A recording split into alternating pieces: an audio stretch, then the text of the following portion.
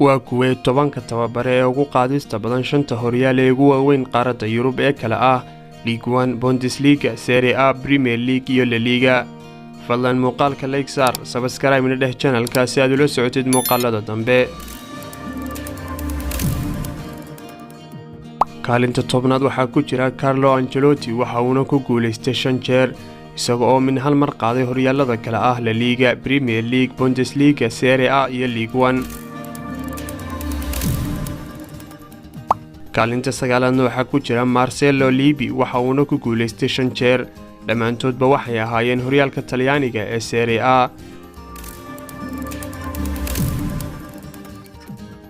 kaalinta sideedaadna waxaa ku jira Antonio Conte, waxa uuna ku guuleystay 5 jeer 4 ka mid waxay ahaayeen horyaalka Talyaaniga ee Serie A, halka kale uu ahaa horyaalka Ingiriiska ee Premier League.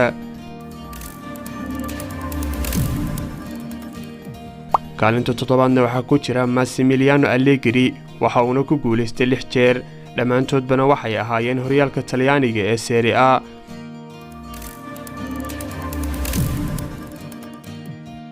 kaalinta lixaadna waxaa ku jira Jose Mourinho, waxa uuna ku guuleystay 6 jeer 3 waxay ahaayeen horyaalka Ingiriiska, 2 waxay ahaayeen horyaalka Talyaaniga iyo 1 ahaa horyaalka La Liga ee Spain. kaalinta shanaad waxaa ku jira Otmar Hitzfeld, waxa uuna ku guuleystay 7 jeer dhammaantoodba waxay ahaayeen horyaalka Jarmalka ee Bundesliga.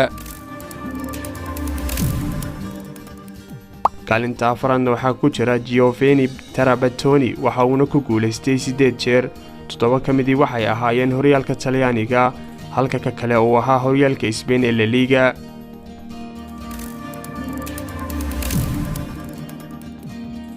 kaalinta saddexaad waxaa ku jira Fabio Capello, waxa uuna ku guuleystay 9 jeer 7 ka mid waxay ahaayeen horyaalka Serie A, 2 kalena waxay ahaayeen horyaalka La Liga.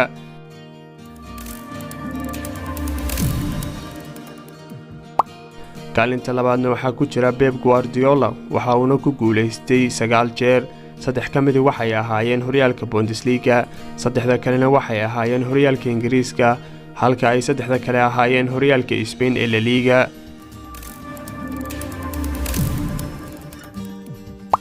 kaalinta koobaad waxaa ku jira ahna tababaraha ugu qaadista badan shanta horyaal ee ugu waaweyn qaaradda Yurub, Sir Alex Ferguson, waxa uuna ku guuleystay 13 jeer dhammaantoodbana waxay ahaayeen horyaalka Ingiriiska ee Premier League.